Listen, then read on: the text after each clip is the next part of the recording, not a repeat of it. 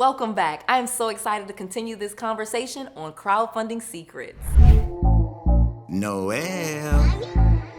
Yeah, she can fix that. If you gotta get it done, or you need to do it better, well, she can fix that. Yeah, she can fix that. Investment to get back, trying to get a big stack. She can fix that.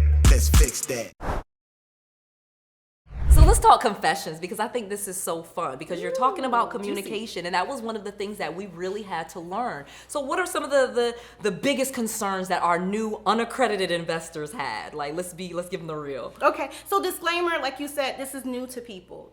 Non-accredited or unaccredited investors, they may not understand. They think that we're public already and that we have a ticker score, yes, a ticker sign and symbol, and they should be able to see us on the NASDAQ yes. or the Dow. Yeah, and the New York Stock Exchange.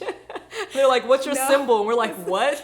We don't have a symbol. We will get one, stick with us. However, we are a private startup. Yes. So one of those things is just really explaining. I did have to train my team to make sure that they are patient and explaining. Yes. Because we got the same questions. And that was really one of the main things, just trying to understand, what is this investment? They invested, right, but they didn't really understand. They didn't understand. Yeah, they did not understand. Yeah. So that was one of our challenges. We didn't realize that people were investing and really didn't understand what they were investing in. They thought they were investing in a publicly, traded company. Yeah. And we're like, no, you're investing in a startup.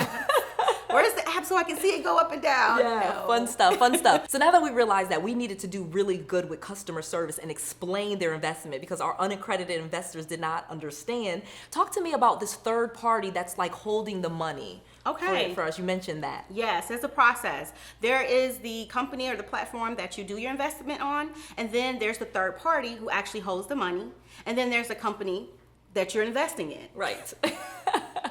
And with that, it works both ways every time when you are investing and when you're getting your dividends back as an investor. So when you, as the issuer or the company, you have to put the money back into the bank again just to issue it to the investors. So it is definitely a 3-step process. Yeah. And I think though people didn't realize though that protects them. How does doesn't this protect the investor and the company? The banks are insured. That protects both the company and the investor. So it sounds like this third party that's holding the money it has a true benefit. Why do they exist? Well, they protect both the investor and the company. To explain it better, basically, as it goes into, your money has to go into the third party company. They actually have to verify you. They have to verify the company to make sure they're legitimate. They have to verify the investor. They're going to check your identity and make sure you are who you say you are. They also going to check, make sure you're able to invest, because they have to make sure that you're not spending your last just to invest. Yeah, that was a part that we learned that I thought that was so interesting, that there were people that wanted to invest and they were turned down. And they think they're turned down by us, the company, but they were turned down by the escrow company or the verifier. Yes. Yeah. Why? Well, we don't want anyone to go broke to invest, and that's the rules, that's the guidelines, to make sure that you're able to invest. It should benefit you. It really is a protection for both. I really like that. I really do. So that people that they don't have enough money, we don't want them to invest their rent money or their bill money. It needs to really be discretionary spending, that this is an investment that you could lose, because of course you're putting it at risk by investing in a startup. Yes. Yeah, it makes sense. It does. Yeah. Okay, so let's keep sharing all of these secrets, because people really want to know about crowdfunding, especially for real estate. So, all right, now we're to the point where we are raising money. We've probably raised, let's just say $100,000. We're at 10% of our goal. And the money is though sitting in this third-party bank. And I obviously am learning all of this. So you helped me get the money from that bank to us. How did we do that? Explain that part. Yes, so while you're raising money, you still can get that money so you can start doing the business. Yeah. That's the whole point. Yeah. Right? So you do have to go through a process. It has to sit a certain amount of time, 21 days. Also, before you even pull it out, you have to notify the investors that it's coming. Okay. Or that it's coming out. So it comes out of the account and it goes to the company. And at that point, the cool thing now is you're an investor. You get your subscription. Yeah. You now have invested in the company. Yeah, I loved that. Yeah. So they got like a stock certificate. A stock certificate. So literally, when you are investing in these crowd funds, know that you're going to get a stock certificate. Yes. Do they all get a stock certificate? Everyone gets a stock certificate. I love it. I love it. And so what we did with ours, I remember we did $1 per share. So if you invested $500, for example, you got 500 shares. Yes, it shows exactly how many shares you have. You Okay. can put it in a little frame. Yep. Yeah, I love it. I love it. So we got to our goal pretty quickly. Obviously, Yes. even through COVID Yes. And the pandemic, we were able to still raise money. So once we got to the goal of $1 million and we are done raising money, we came into a really, really big surprise, okay? There was a ton of people that had committed to invest, but they had not actually ever sent their money. Oh, yes. And now we were to the point where we were going to close the fund out. So talk about what you did with that, because you were amazing. Oh, thank you. So you, like I said before, you have to keep your communication. We, at this point, since we've raised so much, we can now hire more people and really get to communicating with our investors. Those people that did not clear the KYC-AML checks, we had to reach out to them. We did things, we called, we emailed, we did videos. Yeah. And we sent it out to make sure that we hurried up and did this, because though you have the other platform working doing the same thing, they're not as quick. So you got to have your team So true. to expedite that. And that's what we did. We just stayed on top of it and make sure we reached out before the fund closed. Yes, I absolutely, because there was tons of people, they would go to the website and they would commit to invest, but they would never actually send their money or complete their checks. And again, Yes. AML stands for anti-money laundering. KYC stands for know your customer. These are, acronyms that the banks use. Thank you. And again, they want to make sure that you are using funds that are legal, Yes. ethical, and again, that are not putting you in harm as an investor. This is not your last bit of money. Yes. So they want to verify that you make enough money to actually do this investment. And so those people had to complete those checks. And it was a lot of communication, getting people to lot. understand that they needed to do all of these things. Yes, it was a lot. Not only that, just proof that you were who you were and your business was actually existing. So there were a couple of ways that they could not clear, either because they did not send the money, Right. or because they had to send a proof of who they were, a driver's license or a proof of their business. If those documents were not sent in, They could not invest. they could not invest. They could not invest. No. That's crazy. So it turns out there were people that had committed to invest. They thought they were done investing. Some people sent the money in. Yes. We had to send the money back. We had to send the money. That was the other thing, because if you invested and it was just a proof of your document, Right. and it was never proven, we had to refund your money.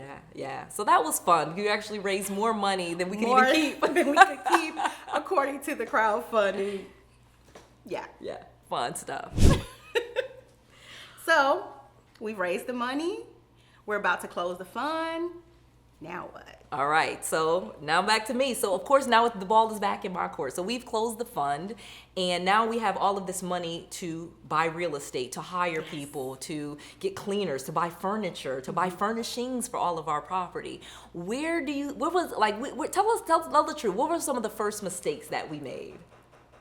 Some of the first mistakes that we made was more or less with the property setups.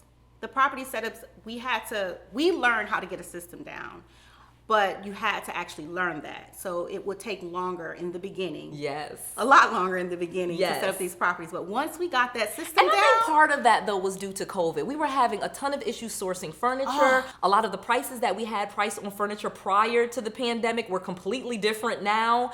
Inventory had completely changed. Like, there was just abundance of issues after the pandemic that we ran into, but we did weather the storm. we did. Yes. You're right. That furniture and finding the right sofa bed. And Yeah. finding the right platform bed. The inventory was It not. got scarce. It Yeah. got scarce and it got expensive. But we did. But we went did it. through. Okay, so we wanted to do the best that we could do. So how did you find these properties? So it's so funny because finding the best properties when I was not doing a crowdfund really focused on finding property problems. And I did a lot of fix and flips, and I did a lot of properties that were not in the greatest areas. But because we were doing a crowdfund and these were properties that I wanted the investors to be able to stay in, I really went a different route. I really went with, okay, let's find the best properties that we can for the least amount of money. So because the pandemic and all of those things happened, we started leasing some properties. We didn't just immediately go in and start buying. You know, we did buy an office, and then we bought some condos, and we have videos and pictures of that. But when we first started, we leased some properties. We leased some in Clearwater, and we leased some in Kissimmee near Disney World. And we were able to get like 8 or 9 units really quickly because we were leasing them. So we didn't have to have the big down payments. We didn't have to do any financing, any mortgages. I didn't have to do those things. I could quickly just rent some properties, get them furnished, and then get them going on live so that people could start renting them. So we really were looking for location that was near great attractions. So again, for this crowdfund, we had a really strong mission. It wasn't just about making money on the properties. It was keeping these properties for a long time, getting properties that would go up in value, and getting properties that our investors could enjoy so that they could stay in them. Of course, that's the Yes. perk. Now that's the cool thing too about our investors. Not only could they invest, Yes. they also had a reward to stay in the property. Absolutely. I do want to talk about that. Going back to what did we offer our investors? Yeah, so in the beginning, we got creative. You know, like I said, when we first started investing, we said, okay, you invest $500, for example, you get 500 shares.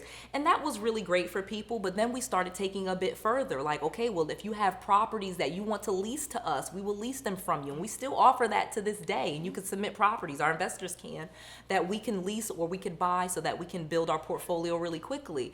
But then we got creative and we realized people were really liking these properties, so we started giving them discounted stays. We started sending them coupons and free nights. And then if you invested a certain amount of money, you literally got 1, 3, or 5 nights in one of our properties. And that really made investors feel like, okay, I'm a part of this company and this was a good investment for me. Yes, I love it. Very smart. Yes. All right, so fast forwarding to today. What's going on with the investment and investors? So we have a bunch of properties that we now own. So most of the properties that we lease, we actually let a lot of the leases go. We did make the profits off of them. We did a distribution, but we realized that we weren't gaining any equity. We were losing out on appreciation. And for real estate, that is where the real money is. And that is why we told people to invest in real estate. The properties are going to be going up in value over time, and the real money is made when you sell those properties. Obviously, you buy them at a certain price, you cash flow them, and then you sell them. So I'm really focused on finding more multi-unit properties. We have just one duplex. We have it on Airbnb, again, showing you pictures of that. And we now need a bigger apartment building. So I've been on the hunt, you know what I mean, for like a 10-unit, 20-unit apartment building that we can put some long-term tenants in, and we can do some short-term rentals. We really want to diversify that apartment building so that we have some diversification of the income coming in. Okay. Yeah. Okay, like I said, this is good stuff, and I know people are interested. So for others watching this, where would they start?